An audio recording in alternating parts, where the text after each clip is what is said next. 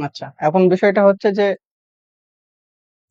আপনি কম্পিউটারে যখন কাজ শিখেন বা যেটাই করেন তখন কিন্তু অনেকে আসে জিজ্ঞেস করতে পারে যে আপনি এই কাজটা আমাকে করে দেন বা লিখে দেন। ঠিক আছে না? সব জানেন, লেখালেখি যদি না জানেন তাহলে জিনিসটা অন্যরকম হয়ে যাবে না? এইজন্য যখন কাজ করবেন তখন অবশ্যই লেখালেখিটা একটু হলে শিখতে হবে। তা না হলে সমস্যা। অনেকে এক্সপার্ট মোবাইলে, কিবোর্ড দিলে আর পারে না কিন্তু। ঠিক আছে? আচ্ছা, দেখেন আমরা যেটাতে লেখালেখি করব সেটা অফিস অ্যাপ্লিকেশন। চাকরি ক্ষেত্রে যান বা যেখানেই যান সে অফিস অ্যাপ্লিকেশনটা খুব প্রয়োজন।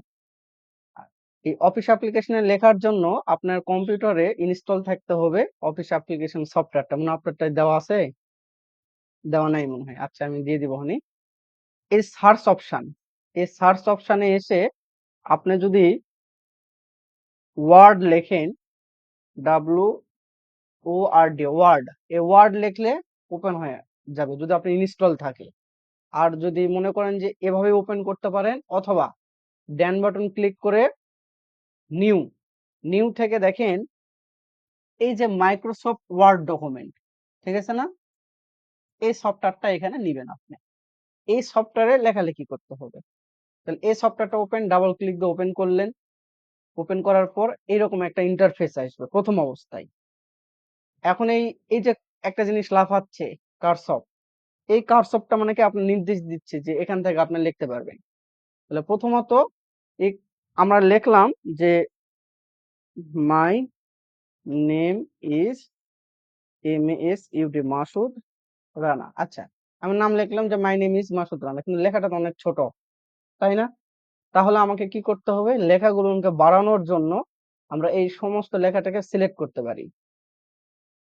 অথবা এই সিলেক্ট করার পর দেখেন এই যে পয়েন্ট একটা আছে না? এই হোমের মধ্যে দেখবেন এই যে এখানে পয়েন্ট আছে যে ফন্ট সাইজ বৃদ্ধির জন্য, ঠিক আছে? আপনি এই পপ আপে ক্লিক করলে দেখেন আপনি কতটুকু সাইজ নেবেন, এতটুকু সাইজও আপনার বৃদ্ধি পাচ্ছে। অথবা না, এটা একটা পদ্ধতি বড় করার। আরেকটা পদ্ধতি, আপনার ফার্স্ট টাইমেই যদি বড় করতে চান, ১ম এ যখন এই কার্সরটা লাফাচ্ছে, তখন আপনি এখান থেকে আপনার পারফেক্ট অনুযায়ী ১৫-২০ এই কার্সর অনুযায়ী তো বোঝা যাচ্ছে যে কতটুকু। হয়তোবা একটা লেটার লেখলাম এইচ, এটা ছোট মনে হচ্ছে। আমরা যদি ২৮ যদি দেই তাহলে দেখেন এবার একটু বড়। আপনি যেভাবে করতে পারেন। আচ্ছা, এখন বিষয়টা হচ্ছে যে আমরা ২০-২৮ যেটাই হোক যেকোনো একটা জিনিস দিলাম আমরা। এখন লেখার যে পদ্ধতিটা সেটা হচ্ছে যে ১ম এ আমাদের যে ওয়ার্ড গুলো, প্রথমকার ওয়ার্ড কি হয়? বড় হাতের হয়। তারপর ওয়ার্ড গুলো কি হয়? ছোট হাতের হয়। অথবা সবগুলো ছোট হাতের হয়। এইরকমই তো লেখার নিয়ম, তাই না? তো বড় হাতের লিখতে গেলে কিবোর্ডে দেখবেন, দেখুন ওখান থেকে একটা কিবোর্ড নিয়ে আসেন।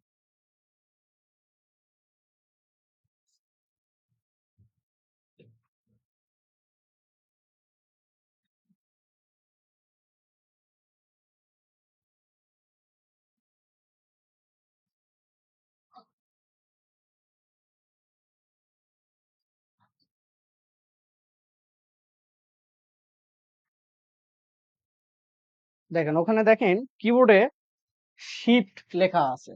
শিফট অথবা তীর চিহ্ন। ওই যে তীর চিহ্ন যেটা আছে না? ওটাই হচ্ছে শিফট। তো যখন আপনি শিফট চেপে ধরে যেকোনো একটা ওয়ার্ডের চাপ দিবেন এইচ, তাহলে দেখেন বড় হাতের হয়েছে কিন্তু। আবার ধরেন এলে যদি প্রেস করি বড় হাতের হচ্ছে। তার মানে আমাকে লিখতে হলে ১ম ওয়ার্ড বড় হাতের লিখতে হলে MASUD মাসুদ। এখন মাসুদের পর তো একটা স্পেস দেওয়া প্রয়োজন, তাই না? দেখেন যে বড় একটা স্পেস আছে। একটা প্রেস করলেন, স্পেস বাড়ায় গেল। RAN রানা গেল। হ্যাঁ, হ্যাঁ, ধরে থাকবে। এখন যদি মনে করেন যে না আমি সব বড় হাতের লিখবো, তাহলে দেখেন ক্যাপ লক লেখা আছে। দেখেন ক্যাপ লেখা আছে। হ্যাঁ, এই ক্যাপে যদি একটা ক্লিক করেন তখন দেখবেন যে এখানে একটা আলো জ্বলে উঠবে।